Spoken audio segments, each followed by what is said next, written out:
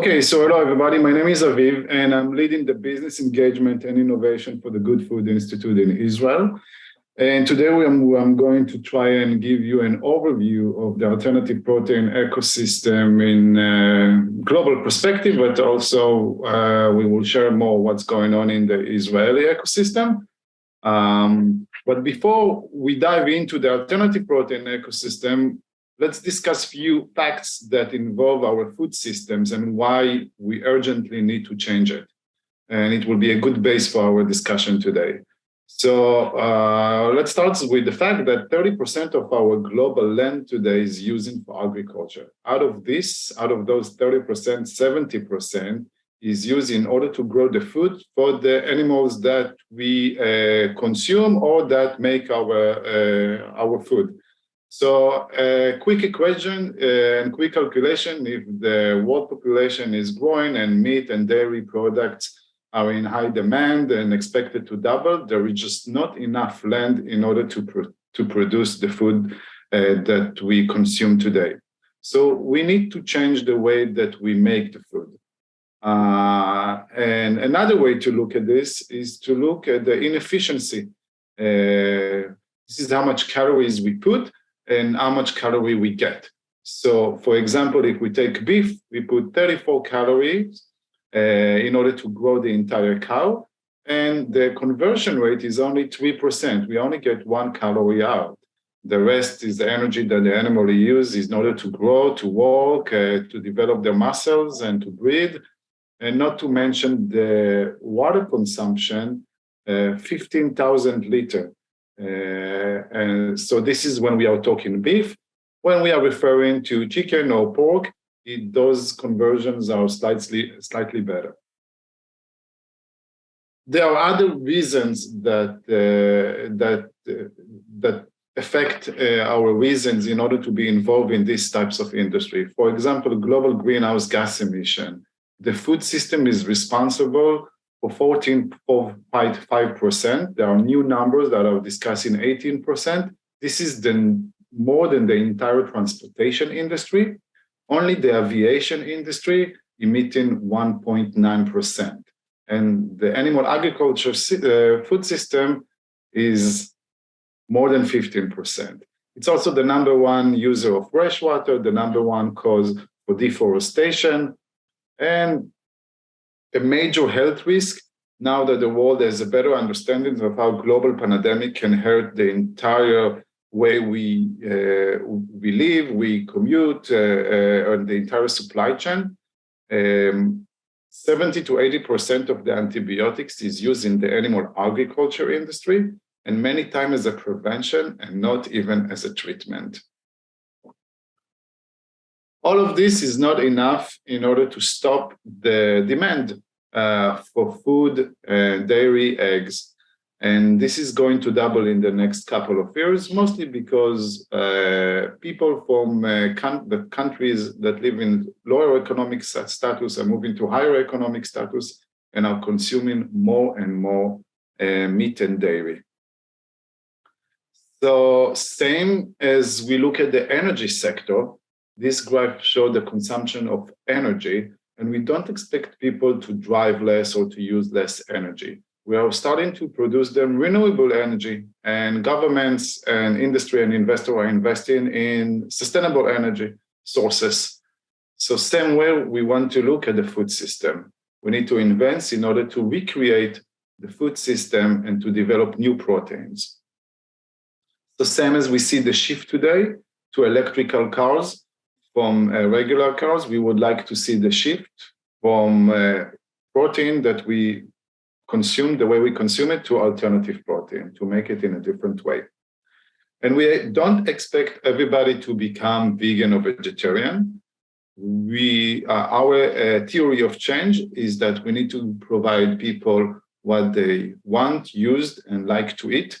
Food is very emotional and very cultural, and people make different choices, even if they will rank health and ideological reasons as in their top 3 reasons when they go to the supermarket. In real life, it's taste, price, and texture, and convenience.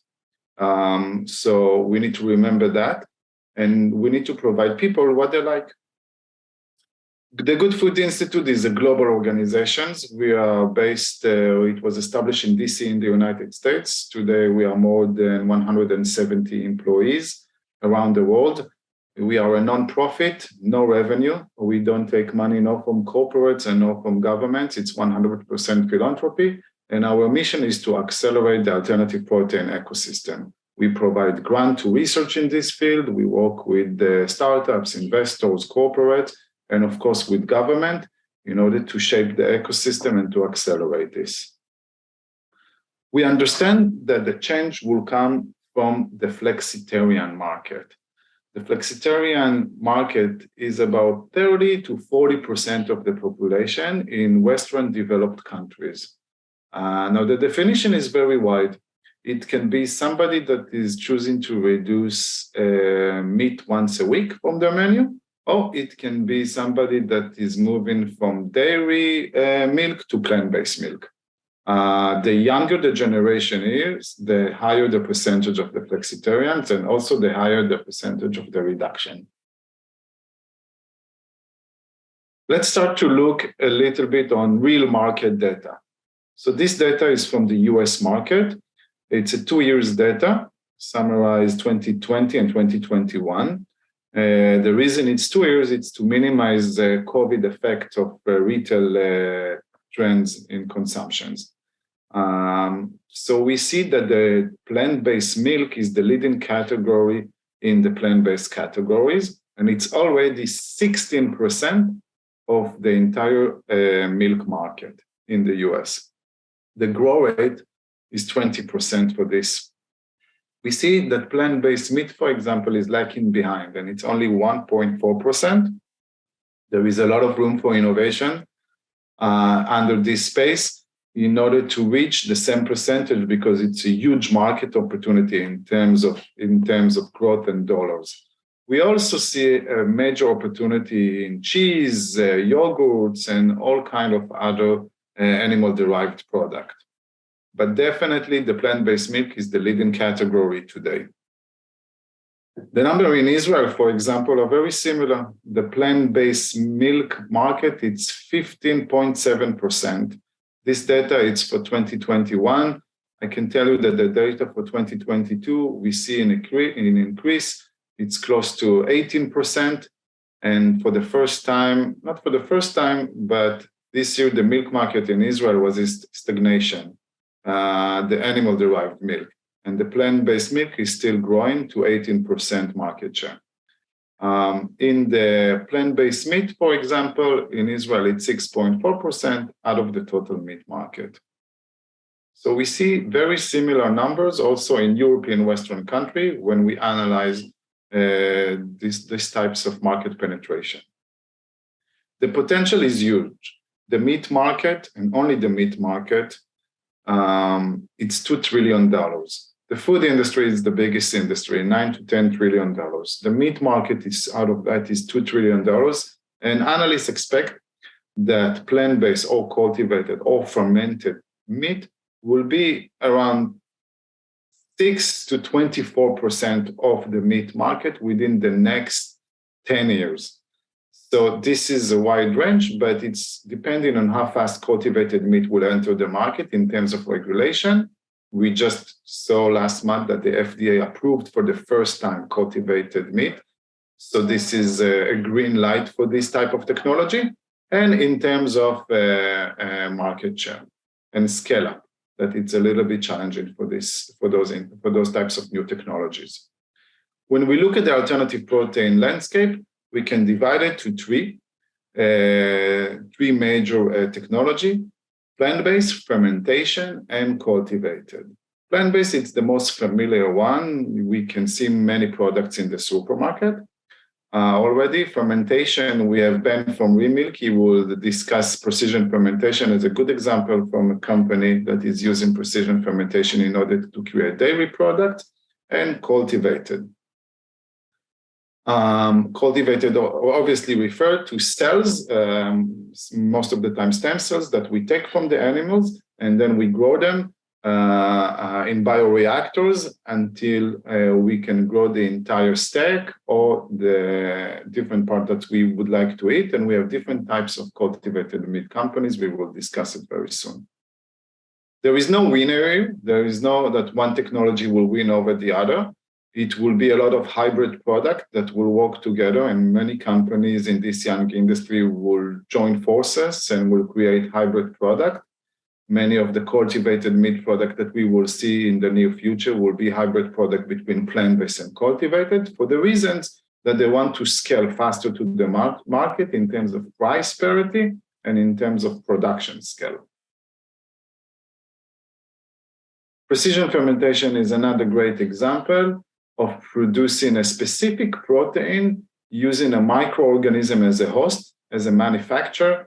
We put it in fermenters, let it multiply, and then we isolate the specific protein that we want to use. In the example of Perfect Day or Remilk, it's a dairy protein. In the example of Impossible, they recreated the heme protein in order to give the meat taste to their burger. In the plant-based and maybe most known category, there are different ways to create innovation. One is to expand our sources of protein in terms of crop optimization. We have people from Syngenta, from Bayer here. The most common crop that we use for plant-based product is soy, by far. Why? Because of its price, because of the supply chain coming from feedstock. But it's a great source of protein, but there are different protein today that can be used. If it's pea, if it's chickpea, if it is other types of protein that can be used for different taste, different functionality, for dairy product and for meat product. So there are also companies working in order to increase and to create innovation in that space. And the most common protein used today is pea protein, used by Beyond Meat, and soy protein concentrate used by Impossible. And of course, there is also innovation in terms of how to create the right texture. Some of the companies will use high moisturized extruders. Some of them will try to use 3D printing technique, solid state fermentation, different techniques in order to create the final texture of the product.